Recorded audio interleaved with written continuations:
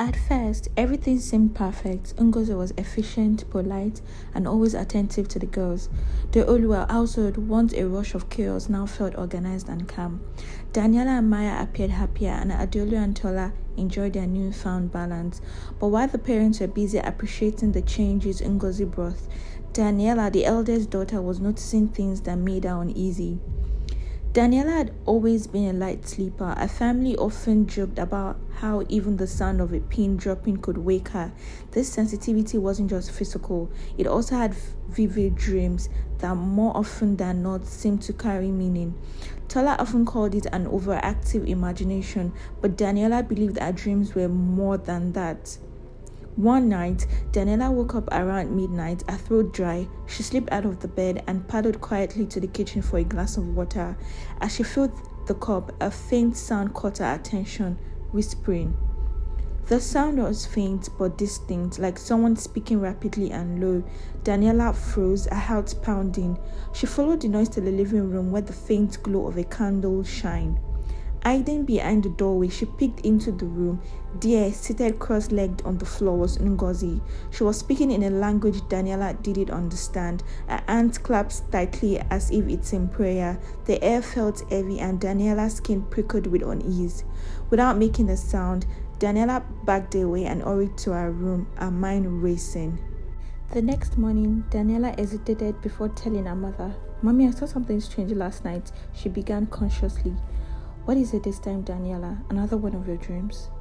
"No, this isn't a dream. I woke up and saw Ngozi in the living room. She was doing something strange, praying, I think, but it didn't feel right, Mommy." Tola sighed. "Ngozi is probably just saying her prayers. Many people pray at night, Daniela. Don't overthink it." "But Mommy, it wasn't normal praying. It felt strange." Tola finally looked at her, shaking her head. "Daniela, you have to stop letting your imagination run wild. Ngozi has been nothing but good to us. Don't start making up stories." Feeling dismissed, Daniela dropped the subject, but the unease lingered. Over the few weeks, Daniela began having unsettling dreams. In one dream, she was in a dark forest running from a shadowy figure with glowing eyes. She couldn't see its face, but she felt its presence. It was suffocating.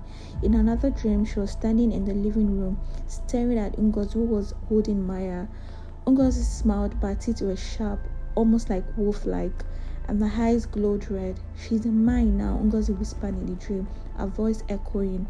Every time Daniela woke up, drenched in sweat, her heart is always racing. She tried talking to her parents again. "Daddy, I keep having bad dreams about Ngozi," she told Adeolu one evening while he was working on his laptop. Adeolu chuckled, not even looking up. "Ngozi? Daniela, you're watching too many stories." "No, I don't. These dreams feel real, Daddy," she insisted. "I think something is wrong with her." Tola finally turned to look her. "Ngozi has been nothing but kind to you and your sister. You need to stop making up stories. She's part of the family now." The dreams became worse. In one particularly vivid dream, Daniela saw Maya standing in the middle of the living room, her eyes vacant. Ngozi was behind her, whispering into her ear. Daniela tried to run towards her sister, but her legs wouldn't move. She screamed and screamed, but no sound came out. When she woke up, she decided she couldn't stay silent anymore. "Mommy, something is wrong with Ngozi," she said firmly the next morning. Tola sighed, a patient wearing thin. "Daniela, not this again. We've talked about this. Ngozi is not doing anything wrong." "But Mommy, she's not who she seems. I've seen her at night doing strange things. I've had bad dreams." "Different kind of dreams, Mommy." Tola shook her head, laughing softly. "Dreams are just dreams, Daniela. You're letting your imagination run wild. Ngozi has been nothing but helpful. Please stop this nonsense now." Frustrated and feeling unheard, Daniela turned to her father. "Daddy, please believe me. Something isn't right here." Adeolu put a hand on her shoulder. "Daniela, you're a smart girl, but you need to stop this. You're scaring your mother and me. Ngozi is not the problem here." Daniela's heart sank. They wouldn't believe her. Ngozi had been with the family for nearly 3 months, and to the untrained eye, everything seemed perfect. Tola often praised her to her friends, marveling at her efficiency and dedication.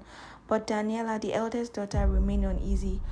She could feel something in the air, a heaviness she couldn't explain. Unknown to her, Ngozi had already noticed her. There was something different about Daniela, something that made her glow in ways no one else in the family did.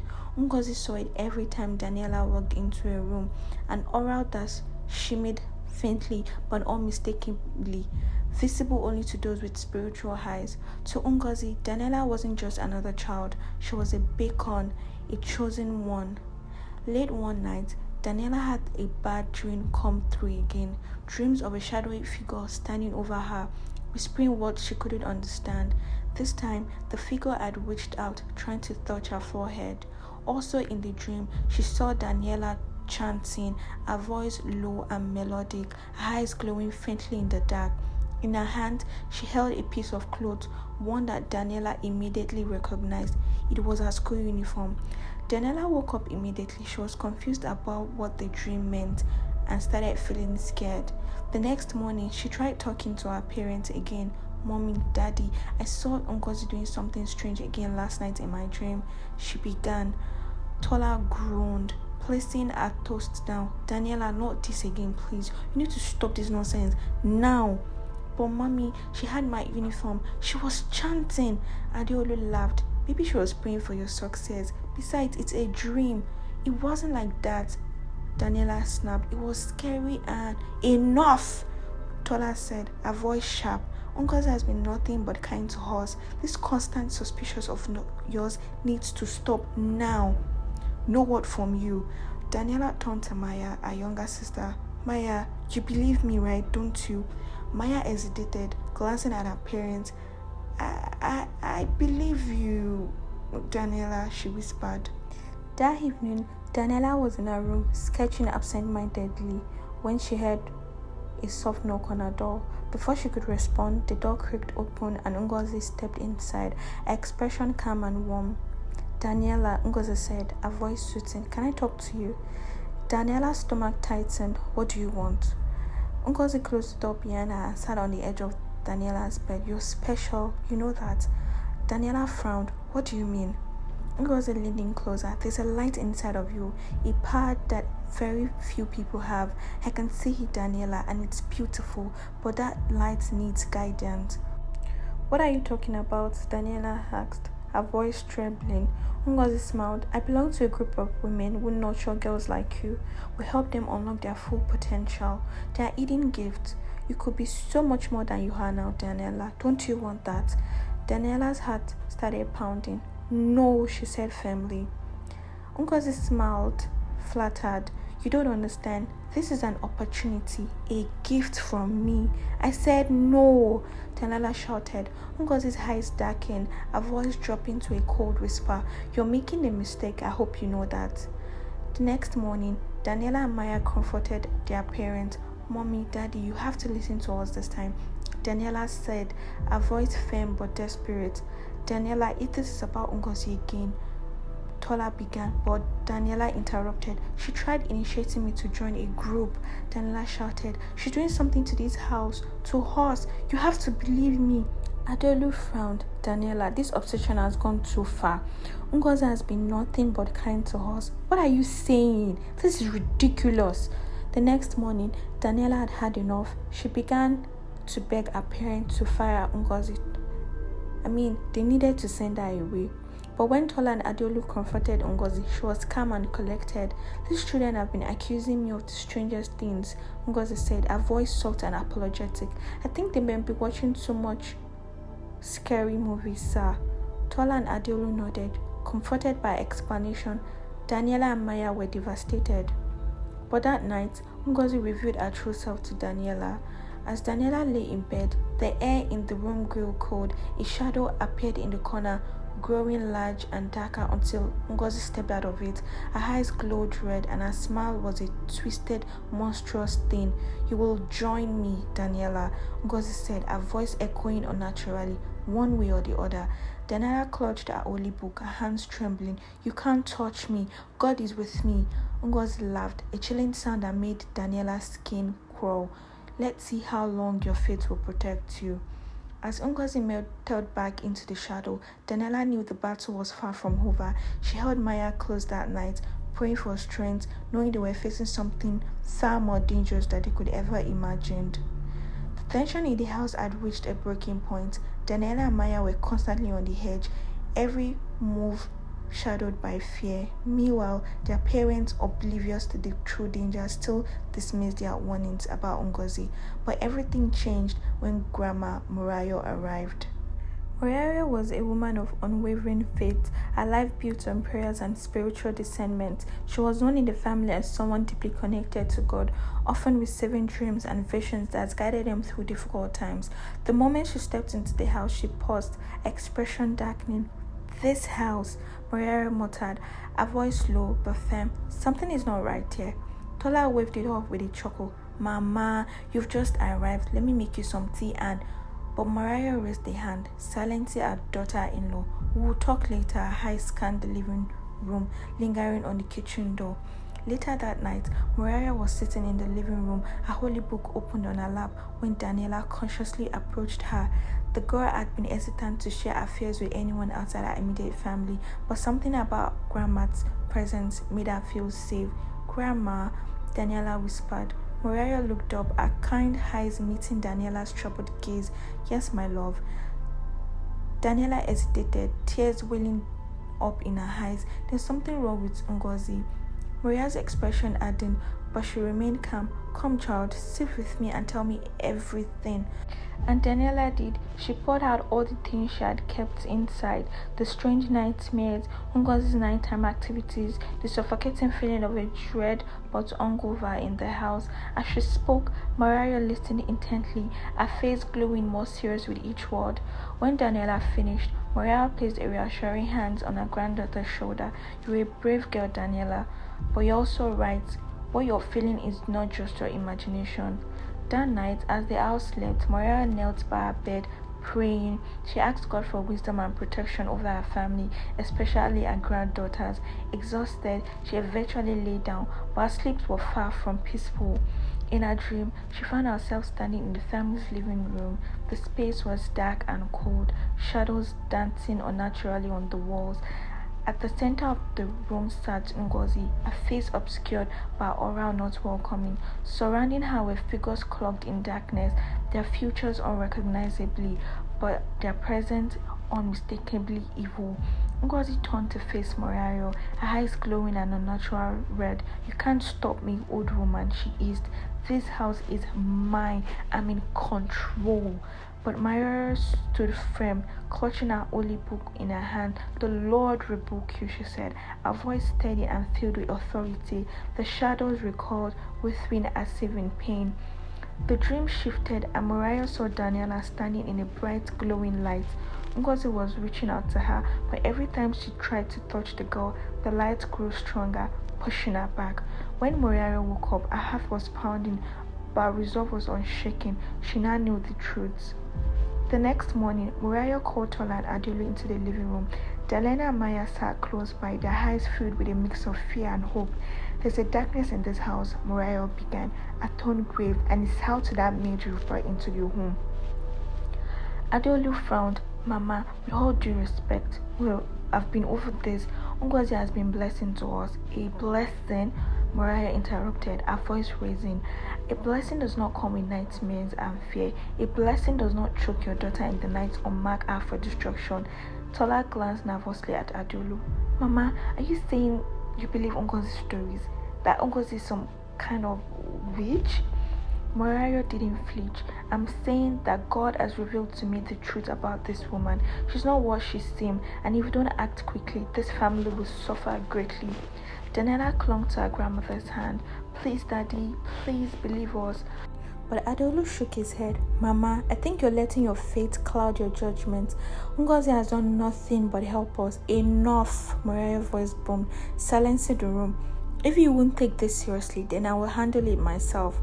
Maria gathered Daniela and Maya later, instructing them to pray with her. She also told them to sprinkle anointing oil around their room and to keep their holy books close by. "We are going to fight this together," Mariah assured them. "God is with us." Meanwhile, Ngozi retreated to her own room, her anger shimmering. She knew her time in the house was running out, but she wouldn't leave without a fight. As the night wore on, the house grew quiet, but for the first time in weeks, Daniela felt a glimmer of hope. With her grandmother by her side, she believed she could overcome whatever darkness Ngozi has brought into their lives. Little did they know the battle was just beginning. It started slowly. Daniela, always a vibrant and energetic girl, began to feel unusually tired. Her appetite changed. She was either too hungry or had no desire to eat at all. She complained of constant thirst, waking in the middle of the night to drink glass upon glass of water. The dark circles around her eyes deepened and her once rosy cheek paled. At first, Tola and Adeolu attributed her symptoms to the stress of school. "She's growing," Tola would say, brushing aside the unease that lingered in their heart. But when Daniela began losing weight and falling ill more frequently, even her parent couldn't ignore the signs any longer. One morning, Daniela fainted while getting ready for school. The sound of her body hitting the floor sent the family into chaos. Tola screamed as Adeolu rushed to his daughter's side, cradling her limp body. "You're going to the hospital now," she said, her voice trembling.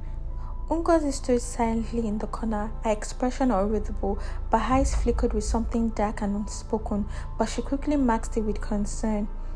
At the hospital, the doctors ran a series of tests. Hours later, the family was called into the consultation room. The doctor's face was serious, his tone heavy.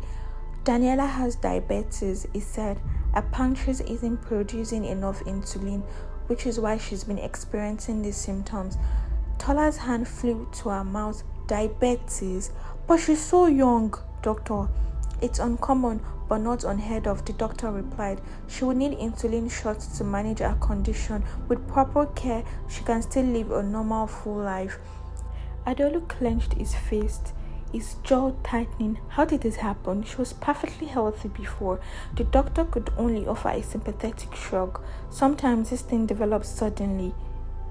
There is no clear cause." As the parents processed the shocking news, Daniela sighed quietly, her small hands trembling. She glanced at her grandmother, who had remained silent all through the conversation. Mariah's face was calm, but her eyes betrayed a fierce determination. Back at home, Mariah watched Ngozi closely. She noticed how the maid's attitude had shifted since Daniela's diagnosis.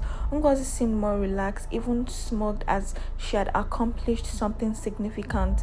Mariah knew in her spirit that Ngozi's illness wasn't natural. The dreams, the nightmares, and the heaviness that had plugged the house, it all pointed to one source. The enemy was working through Ngozi, and now her granddaughter was paying the price. Late one night, after everyone had gone to bed, Mariah knelt on the floor of her room, a holy book open before her. She prayed, calling on God to reveal the truth and to protect her family. As she prayed, she felt a warmth fill the room, a divine reassurance that her prayers were being heard, but she also felt a pressuring urgency.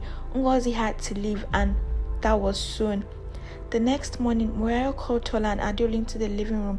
Daniela and Maya were still asleep, giving the adults a rare moment of privacy. "We need to send Ngozi away," Mariah said bluntly. Adeolu frowned. "Mama, this again. We had already talked about this." "No, you have talked about it, and I listened," Mariah interrupted. "Now it's time for action. That woman is dangerous. Can't you see what is happening to your daughter?" Tola hesitated. "You think Ngozi is responsible for Daniela's illness, Mama?" "I don't think. I know. I'm very sure of it," Mariah replied. "This is spiritual warfare. Daniela's spirit has been under attack since Ngozi entered this house. If you don't act now, things would only get worse, and I don't want that for my granddaughter." Adeolu rubbed his hands, his frustration evident. "Mama, we can't just accuse her without proof. What if we are wrong?" "You are not wrong," Mayara said firmly, "but you don't need to confront her directly. There's a way to send her without raising suspicion." Tola leaned forward, her eyes wild with concern. "How, Mama? Please." Mariah explained her strategy. "Ngozi is cunning. If she suspects that you know the truth, she'll try to cause more harm before leaving. We must be very careful here." She suggested they tell Ngozi they could no longer afford a living maid due to the mounting medical expenses for Daniela's treatment. This excuse seemed logical and non-threatening, assuring Ngozi wouldn't retaliate. "You must remain calm and composed," Mariah warned. Don't let her sense any fear or suspicion, and once she's gone, we'll cleanse this house with prayer. Adelu and Tola exchanged uneasy glance, but ultimately agreed. They trusted Mariah's wisdom and knew they had little choices. That evening, Adelu called Ngozi into the living room. Maria sat nearby, silently observing, while Tolu busied herself in the kitchen, pretending to be preoccupied. Ngozi, Adelu began. It's tone neutral. We've been reviewing our finances, and with Daniela's medical expenses, we've decided to make some adjustments. Ngozi shook her head, expression unreadable. Adjustments, sir. We appreciate all you have done for us, Adeolu continued, but we can no longer afford a living maid. We'll be letting you go at the end of the month. For a brief moment, something flickered in Ngozi's eyes, anger, perhaps, or rebellious attitude, but she quickly maxed it up with a polite smile. I understand, sir. Times are hard for everyone.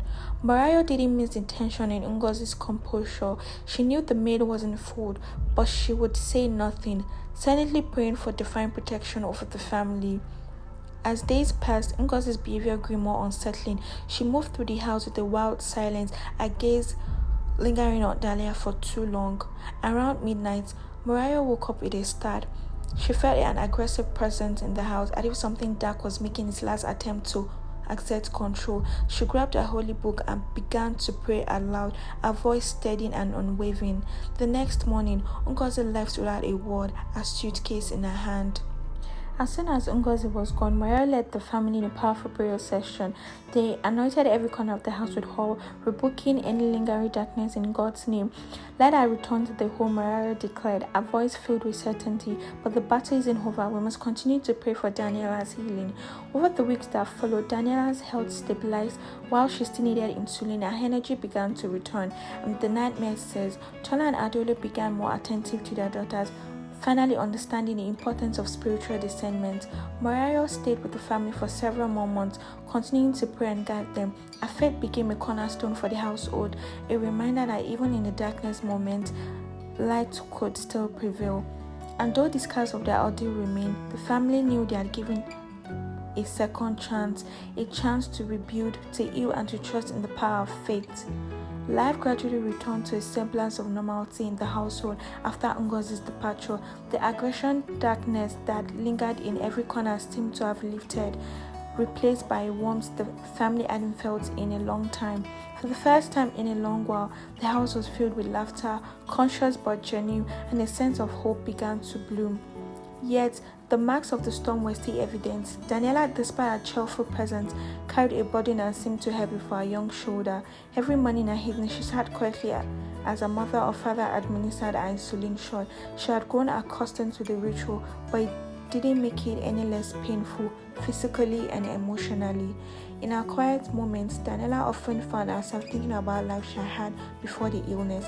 She missed the carefree days when she could run and play without a second thought, but through it all, she had remained resilient, her faith unwavering despite the challenges she faced. Tola and Adole had become different people since the ordeal. Once consumed by demands of their careers, they now prioritized family and faith above all else. Morning prayers became a cherished routine, and the sounds of hymns often filled the house. They weren't just praying for Daniela's healing, they were praying for guidance, strength, and the ability to protect their family from any future harm. Mariah, the family's spiritual anchor, remained a steadfast presence. Although she had returned to her own home, she visited frequently, checking on Daniela and offering her wisdom and encouragement. God's timing is perfect, she would always remind them. Healing will come, but it will come in His way and in His time. Until then, keep trusting Him, keep praying, and keep believing. Her words became a mantra for the family, the source of comfort in times of doubt. The changes in Tola and Adeolu didn't go unnoticed by their daughters, Maya, the youngest, who often marveled at how much time our parents now spent with them. Movie nights, family dinners, and weekends outing became the norm, creating a bond that never existed. Mommy, do you think Daniela will get better someday? Maya asked one evening as they sat together. Tola smiled, brushing her finger through Maya's hair. I believe she will. We just have to keep praying and trusting God. Maya nodded, her small face filled with determination. I'll pray every night for her too. Tola's heart swelled with emotion. She realized how much they had taken for granted before: their children's innocence, their faith, and their health. The trial had been a wake-up call, forcing them to reevaluate their priorities and lean on God in a way they had never before. One Friday evening, the family was relaxing outside and they heard a loud voice from something that seemed like it was from a microphone of a man walking down their street preaching the words of God. The man's sermon was about the power of faith and healing, and the man's words seemed to speak directly to them. Sometimes God allows us to go through storms, not to harm us but to refine us, the man said. He uses our pain to draw us closer to Him, to teach us to rely on His strength and not our own. Listening to those words, Daniela felt peace spread through her chest, a peace that she couldn't explain. She needed those words. She knew one thing for certain: God was with her, and He wasn't finished with her yet. Over the next few weeks, Daniela began to notice small changes. Her energy levels improved and the symptoms that once plagued her seemed less severe. Though she still needed her insulin shot, her doctors remarked on her remarkable progress during a routine check. "This is unusual," the doctor said, scanning her chart. "Whatever you're doing, keep doing it." Tolu and Adeolu exchanged a knowing glance. They knew the credit didn't belong to them, but to the one who was working behind the scenes. One evening, Daniela approached her grandmother. She said, the voice filled with wonder, "Do you think I'll ever be completely healed and stop being injected?" Mariah placed a gentle hand on her shoulder. "I believe you already have, my dear. Healing isn't just about the body, it's about the heart and the soul. And you, my child, have the strongest spirit I've ever seen." Daniela smiled, her heart filled of gratitude. She didn't know what the future held, but she knew one thing for sure: she was surrounded by love, anchored by faith, and held in the hands of a God who never let her go. As the family closed the chapter on their ordeal, they knew their story wasn't over. It was a story of redemption, of a faith tested and renewed, of a love that endured even the darkest nights. And though they still prayed for Daniela's complete healing, they no longer lived in fear. They lived in hope, trusting that God's plan for their family was far greater than they could ever imagine.